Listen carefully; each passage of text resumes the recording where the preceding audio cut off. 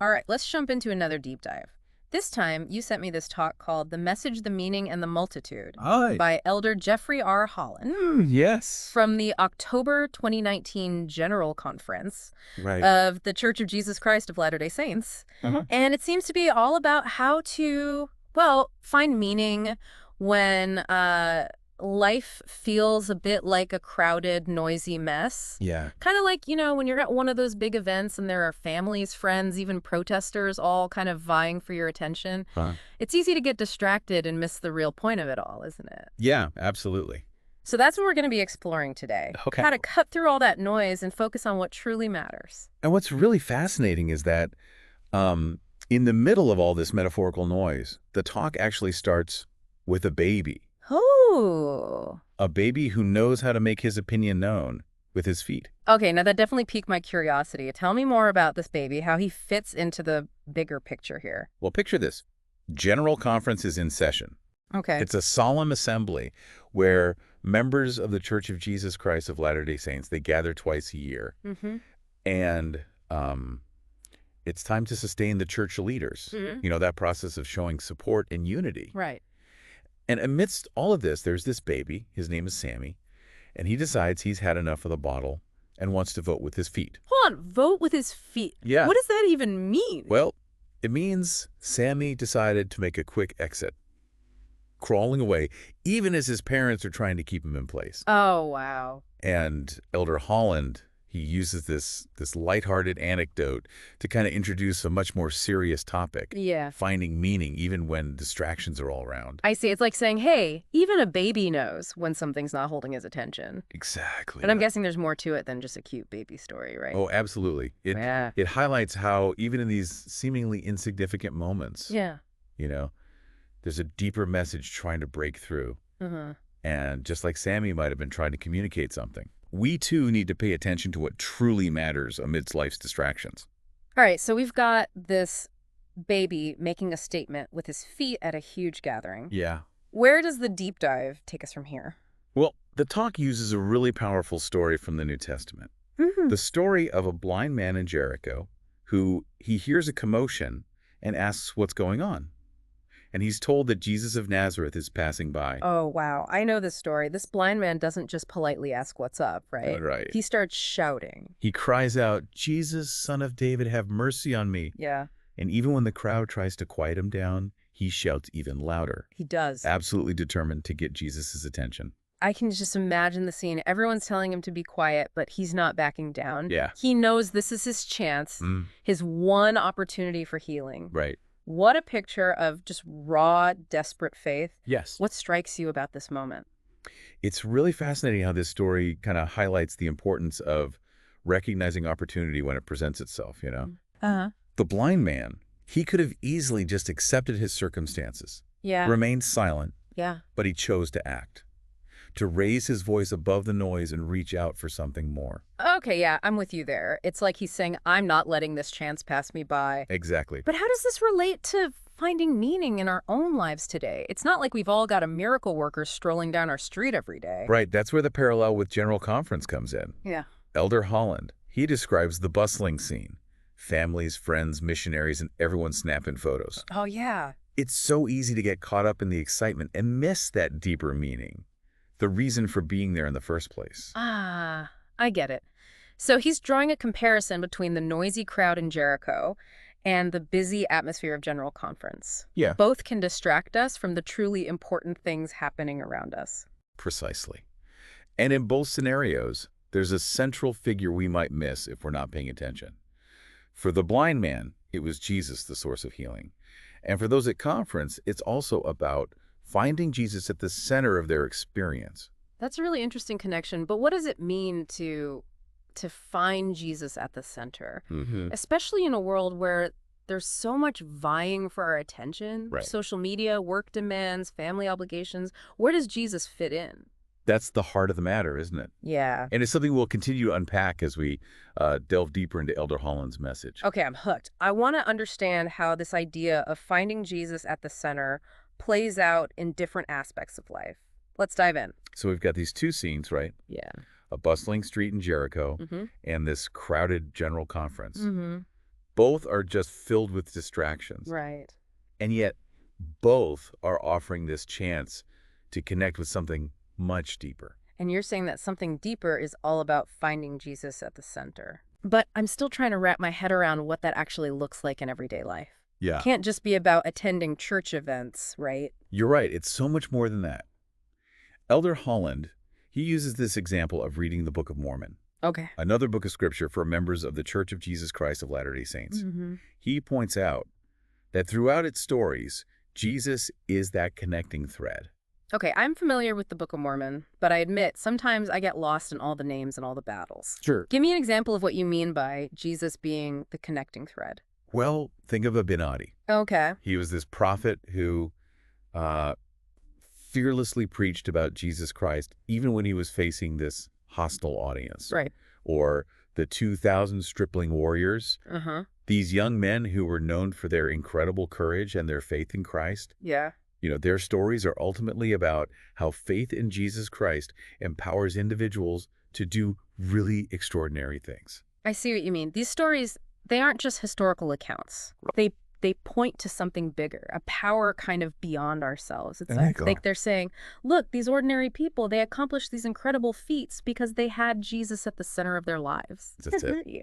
And Elder Holland goes on to talk about those who are new to the faith. Okay. Imagine, being introduced to all these new concepts. Right. Dietary guidelines, family history research, Yeah. even different vocabulary. It can feel really overwhelming. Bro, absolutely. It's like learning a whole new language. Right. Sometimes it's hard to see the forest for the trees. But here's the key. Yeah. At the heart of it all are some core principles. Okay. For members of the Church of Jesus Christ of Latter-day Saints, these are the love of God, the atonement of Jesus Christ, and the guidance of the Holy Ghost. And even for those who are outside the faith, these concepts resonate. Yeah. The idea of a loving God, a source of redemption, and a guiding spiritual force. Okay, that makes sense. It's like you're saying, don't get bogged down in all the little details. Focus on the big picture, the underlying principles that are pointing us towards something meaningful. Exactly. But how does this apply to someone who's already familiar with the faith? How do you find Jesus at the center when it's all become, well, routine? That's a great question. And Elder Holland addresses this too. Okay. He uses the example of the temple. For members of the Church of Jesus Christ of Latter-day Saints, the temple is a sacred space. It's the house of the Lord. Right. Where they participate in these special ceremonies and make covenants with God. So how does the temple help people find Jesus at the center? It's about recognizing that the temple isn't just this beautiful building with these intricate rituals. Yeah. The symbols, the clothing, the covenants, they all point towards Jesus Christ. It's like saying, don't just go through the motions. Connect with that deeper meaning behind the outward forms. I'm starting to see how this idea of finding Jesus at the center, it applies to so many different aspects of life, both big and small. Exactly. Yeah. And it's not just about individual practices. Okay. Elder Holland, he also talks about recent initiatives within the church. Things like ministering, where members reach out to care for one another. Right. Sabbath day observance, focusing on spiritual renewal, and youth programs that are aimed at strengthening faith. So he's saying these initiatives, they aren't just random changes. They're all interconnected efforts to help people connect with Jesus Christ in a much more meaningful way. Precisely. And he ties this back to the importance of using the full name of the church. Okay. The Church of Jesus Christ of Latter-day Saints, emphasizing that having Jesus at the center is essential. It's like saying, if we're going to claim to follow Christ, our actions should really reflect that commitment. But I'm guessing there are still people who struggle with this, who feel lost in the noise, even within a faith community. What does Elder Holland say to those who are still searching? Well, he brings up a really powerful story, the experience of Joseph Smith, who founded the Church of Jesus Christ of Latter-day Saints. Right. He talks about how Joseph was so confused by all the conflicting religious teachings of his time. Yeah. And he longed for clarity. Right. I remember this story. Yeah. He played in a grove of trees and had a vision of God the Father and Jesus Christ. Exactly. And here's the parallel. Okay. Both the blind man who is seeking healing and Joseph, who's seeking truth, they found their answers in Jesus Christ. In both cases, amidst all this confusion and uncertainty, they turned to him for clarity. Okay, I'm seeing the connection. Both stories show how faith in Jesus Christ can lead us out of darkness, whether that darkness is physical blindness or spiritual confusion. Exactly. But what does this mean for someone today who might be struggling with doubts or feeling lost? There's a really powerful part of that vision that speaks to this. God the Father, he doesn't directly answer Joseph's question. He doesn't. No. Instead, he points to Jesus and says, "This is my beloved son. Hear him." Wow, that's powerful. It's like God is saying, don't just listen to me, listen to my son. Right. But why is that so important? Why this emphasis on hearing Jesus? That's a question worth pondering. Yeah. And it's something we'll continue exploring as we move forward in our deep dive. So we just talked about how God the Father told Joseph Smith to hear him, meaning Jesus Christ. Yeah. Why do you think that specific instruction is so important, especially when we're trying to cut through the noise and find meaning? It's fascinating, isn't it? Yeah. God, he could have laid out all the answers right there, Yeah. given Joseph this detailed roadmap.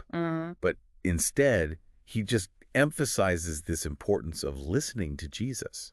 So it's not just about getting the answers, but about developing this relationship where we're actively seeking guidance from Jesus Christ. Exactly.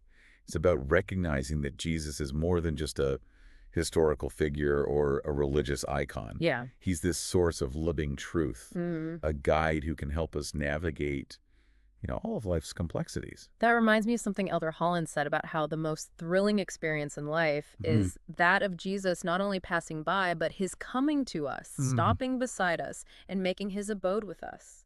That image is so powerful. It is. It's not just about a fleeting encounter, but an ongoing relationship where Jesus is actively present in our lives.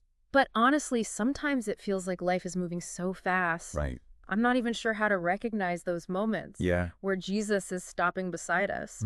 How can we become more tuned to his presence? Well, Elder Holland, he talks about this importance of being spiritually sensitive. Okay. It's about cultivating a sense of awareness. Being open to recognizing those moments of grace. Right. Those whispers of truth that might otherwise go unnoticed. So it's about paying attention, being present in the moment, and not letting the noise of the world kind of drown out those quieter messages. Exactly. It's about training ourselves to see the world through the spiritual lens, recognizing that God is working in our lives, even in these seemingly ordinary ways. This makes me think about those times when I'm feeling overwhelmed and then a friend calls, just when I needed to hear a friendly voice. Yes. Or I stumble upon a quote that seems perfectly tailored to my current struggle. Right. It's like those moments of synchronicity when you can't help but feel like there's something bigger at work. Those moments are powerful reminders that we're not alone. Yeah. That there's a loving God who is aware of our needs and orchestrating things for our good. So it's not just about seeking out these grand revelations, but also about noticing those smaller everyday miracles that point us towards something meaningful. And, it's not just about receiving those moments of grace. It's also about extending them to others. Yeah. Remember the people in Jericho who recognized Jesus as the source of the commotion? And they pointed him out to the blind man. Right. They played a crucial role in helping the blind men connect with Jesus. Sometimes being spiritually sensitive means being that person for someone else. Yeah. Offering a kind word, a listening ear, a helping hand. These simple acts can be such profound expressions of Christ-like love. I love that. It's like saying we can be the hands and feet of Jesus in the world. Yeah. Helping others find healing and meaning. And in doing so, we might just discover that we're also drawing closer to him ourselves. Yeah. It's this beautiful cycle of giving and receiving. Right. Of recognizing and reflecting his love. So to bring this all back to our original question, it seems like finding meaning in the midst of all this chaos is about more than just attending events or going through rituals. Right. It's about developing this deep and abiding relationship with Jesus Christ. Yes. One where we're constantly seeking his guidance, noticing his presence in our lives, and striving to be his hands and feet in the world. Beautifully put. It's about letting his love and light shine through us. Yeah. Illuminating the path for ourselves and for others, even when the world feels noisy and overwhelming. This has been such a thought-provoking deep dive. It has. It's amazing how Elder Holland's message, it resonates so deeply, even years after it was given. It's this reminder that the truths that he shared, they're timeless and relevant to all of us. Absolutely. No matter where we are on our spiritual journeys. And as we wrap up, I want to leave you with this final thought from Elder Holland. Okay. He says, if Jesus stopped beside you today, what would he want you to hear? Mm-hmm. And even more importantly, what would he want you to do? That's a powerful question, and one that I'll be pondering for a long time to come. Me too. Thank you for joining us on this incredible journey of exploration. It's been a pleasure. We hope you've been inspired to cut through the noise and find the meaning that matters most